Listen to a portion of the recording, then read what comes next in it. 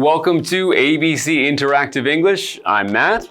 And I'm Nina. Today we're doing part 3 of texting fatigue.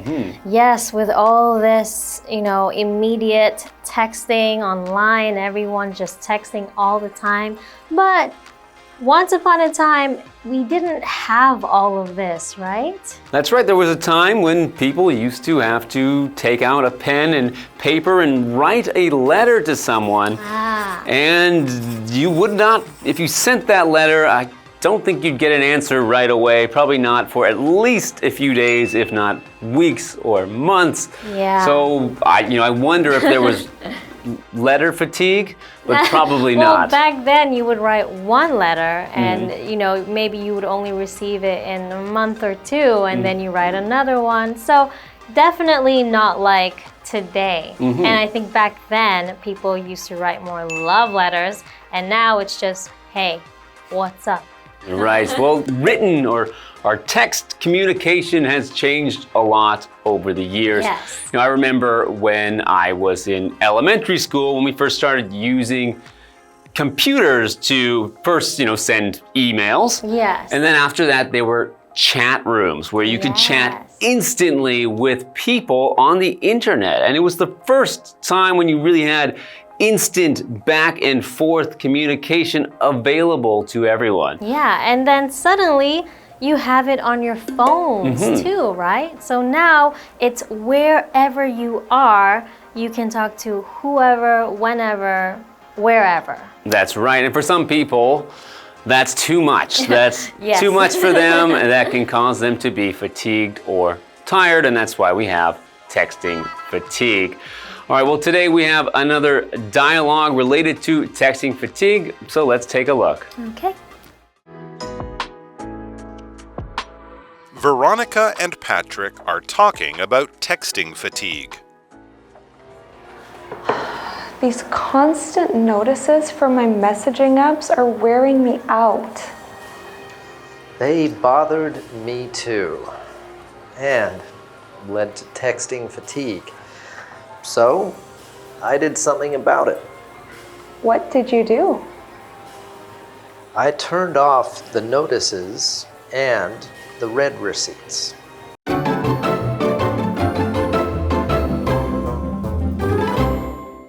Hello, everyone. Today we are looking at part 3 of texting fatigue. And today we have a dialogue. So a dialogue that includes 2 people. And their names are Veronica and Patrick. So Veronica and Patrick are talking about texting fatigue. Okay, so in this case, I will be Veronica. And I will be Patrick. Okay, let's get into it. Veronica says, these constant notices from my messaging apps are wearing me out. Okay.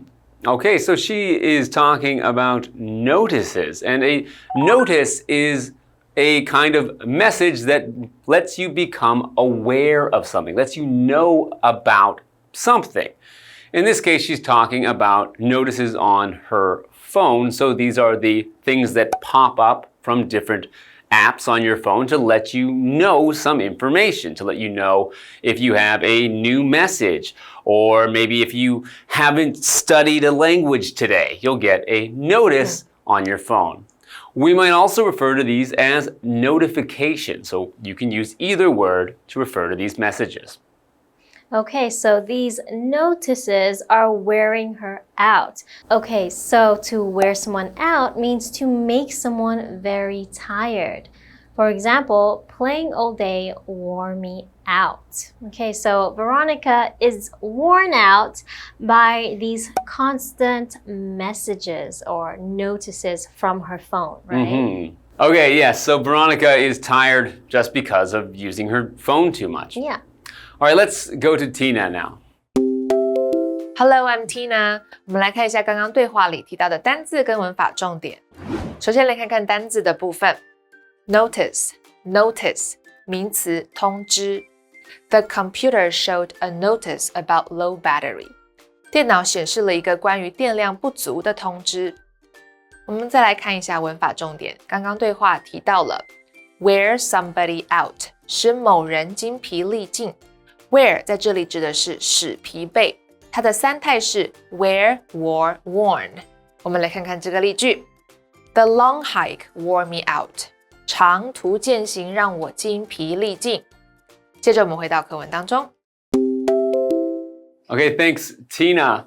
So Veronica has just told Patrick that she's feeling tired from all the notices from her phone. Yes. So Patrick responds, "They bothered me too, and led to texting fatigue. So I did something about it." Okay. All right, so he means that those notices from all the apps on the phone also bothered him and also even led to texting fatigue. So he knows about texting fatigue. He's not just saying, my phone's making me tired. He's aware of this problem of texting fatigue. Okay. So it said that those messages bothered him. So to bother someone means to cause them trouble or difficulty.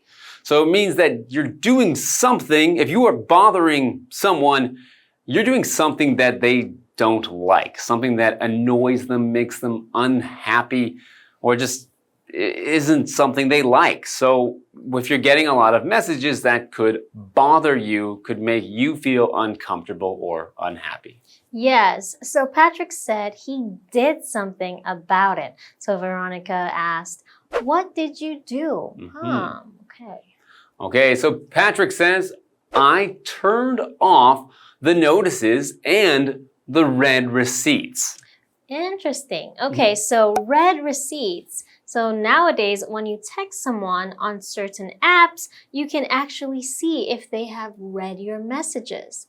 And for me, if I read someone's messages and they know that I read it, then I will feel the pressure to respond because I don't want them to think I don't want to respond to them. That's right. There's a bit of an expression for when someone does this to you, and it's a little bit rude to leave someone on read, which means that you've read their message and not responded. Exactly. So you ignored them. Yeah, so you can actually switch off the red receipts so people don't know that you read their message. Oh, okay. I didn't even know that, and maybe I'll have to do that. You can do that on WhatsApp, but I don't know about other apps. All right.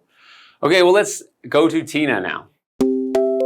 我们来看一下刚刚对话里提到的单字 bother 动词烦扰打扰 Please don't bother me while I'm working 请不要在我工作时打扰我文法的部分刚刚提到了 turn off 关闭这是一个可以分的片语动词用于关闭设定功能或有开关的设备如果说 close the notices则是指关掉通知的视窗或页面。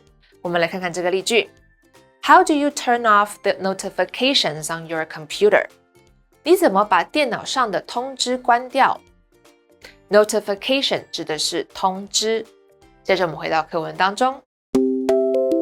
Okay, so thank you, Tina. Now we've learned that yes, people often deal with texting fatigue like Veronica and Patrick, but Patrick has ways of helping him with that, right? That's right. He says you can just turn off the notices and read receipts, and then it's that easy. You won't feel the pressure to respond if people don't know that you've read their messages. Indeed. So you can give yourself a little break and not feel so stressed about responding to messages.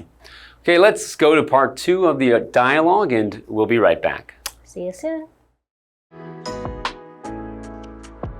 Don't you feel bad about not answering the messages right away? I used to feel bad, but I stopped when it affected my health. You have a good point. I never thought about it that way. Also, my friends and I will call each other when there's something important.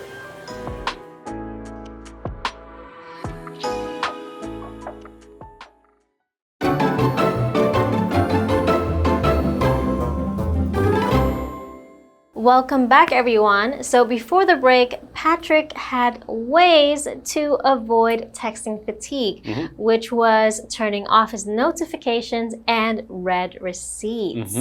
And Veronica responds, don't you feel bad about not answering the messages right away? Okay, yes, because some people will feel bad. Oh, you know, the person texted me, I should text back and not let them wait. Yeah, I feel bad when I don't respond right away. So I understand that, and then maybe I feel annoyed when someone doesn't respond back to me. So I feel like I should treat others the way I want to be treated. I see. Always respond to Matt straight away. Noted. Okay, so Patrick says, I used to feel bad, but I stopped when it affected my health. That's very good. Okay, so he felt bad before, and then he noticed that it was affecting his health, so he stopped feeling bad. So to affect something means to cause a difference or a change in something else. We would say to cause an effect in something else. Now, effect is spelled different from the verb. Affect is a noun, and it begins with an E, E-F-F-E-C-T, whereas affect is a verb, A-F-F-E-C-T. So to affect something is to cause an effect in something, or a difference or a change. Okay, now let's go to Tina and we'll learn more later. 我们来看一下刚刚对话里提到的单字 affect 动词影响 Loud noises can affect my concentration. 巨大的噪音会影响我的专注力。文法的部分刚刚提到了 somebody used to 加动词，某人过去经常做某事，用来表示过去的习惯或常态，但现在已经不做了。我们来看看这个例句 They used to visit their grandparents every summer. 他们以前每年夏天都会去看爷爷奶奶。接着我们回到课文当中。All right, thank you, Tina. So Patrick has just told Veronica that he doesn't feel bad anymore about not responding to messages right away because it was affecting his health. Yes, I think that's a very good reason to stop. All right, so Veronica says, you have a good point. I never thought about it that way. Okay, so Patrick has a good point. A point in this case is an idea, reason, or opinion you want to show or explain. For example, she made a good point about being careful with money. Okay, so Veronica said, okay, Patrick, you have a good point. Because you should be prioritizing your health, right? Yeah, if something is affecting you in a negative way, you shouldn't really be concerned about it when it's something as small as responding to messages, because other people, you know, they're not going to be affected that badly. It's not going to hurt someone's health. It's something that you can push aside if it's affecting your health. Yes. So Patrick says, also, my friends and I will call each other when there's something important. Okay, you know, that's interesting. I told you I have a friend that doesn't respond to messages for months, but she always tells me I am horrible at texting. If there's anything important, just call me and I will pick up. That's like my landlord, actually. Oh, yeah? If I message him about something, it won't be read for weeks, so I often have to phone him when something needs to be fixed right away. Okay. All right, let's go to Tina. 我们来看一下刚刚对话里提到的单字 point 名词想法观点 Mark made an interesting point during the meeting. Mark 在会议中提出了一个有趣的观点。接着我们回到课文当中。All right, thank you, Tina. So that's the end of our dialogue, and we've learned some things that you can do to avoid getting texting fatigue, like turning off your notices or notifications, and even your read receipts. Okay, and you can also put your phone on Do Not Disturb. That's right. All right, well, I'm going to put my phone on Do Not Disturb now as we're going to take a break and we're going to go. But we'll see you guys next time, and let's review this dialogue one more time. All right, bye guys.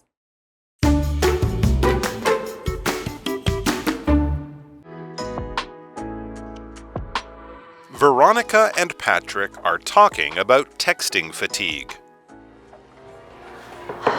These constant notices from my messaging apps are wearing me out. They bothered me too, and led to texting fatigue. So, I did something about it. What did you do? I turned off the notices and the read receipts. Don't you feel bad about not answering the messages right away? I used to feel bad, but I stopped when it affected my health. You have a good point. I never thought about it that way. Also, my friends and I will call each other when there's something important.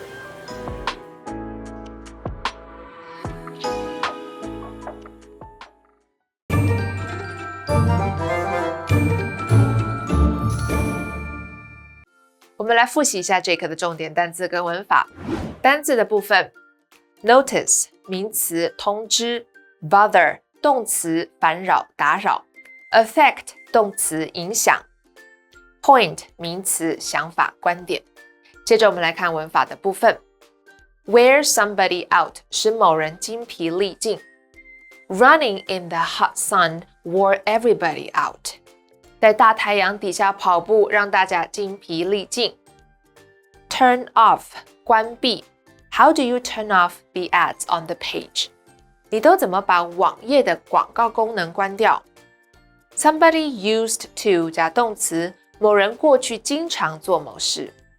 Teddy used to stay up late at night. Teddy 以前经常熬夜到很晚。以上就是这一课的重点单字跟文法，那我们下一课再见喽，拜拜。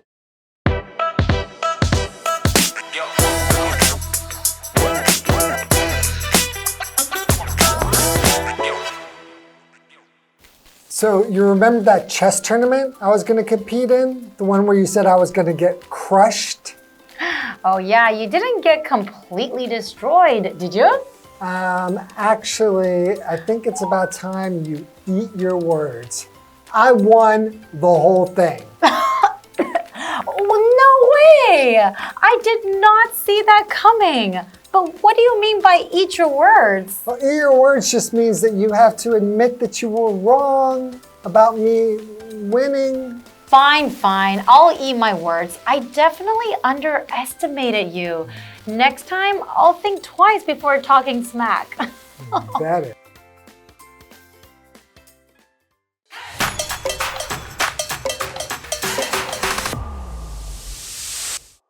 Hey everyone, today we're going to talk about the phrase, eat your words. That's right, and it doesn't mean literally eating what you say. To eat your words means to admit you were wrong.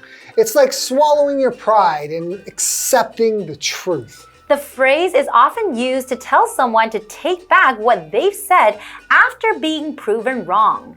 For example, you were so sure you'd beat me in that race, but you didn't. Time to eat your words. Or, told you the movie was amazing, now you have to eat your words. It's a good reminder to be careful with bold statements. You never know when you might have to eat your words. And that's all for today. We'll see you guys next time. Bye-bye. Bye-bye.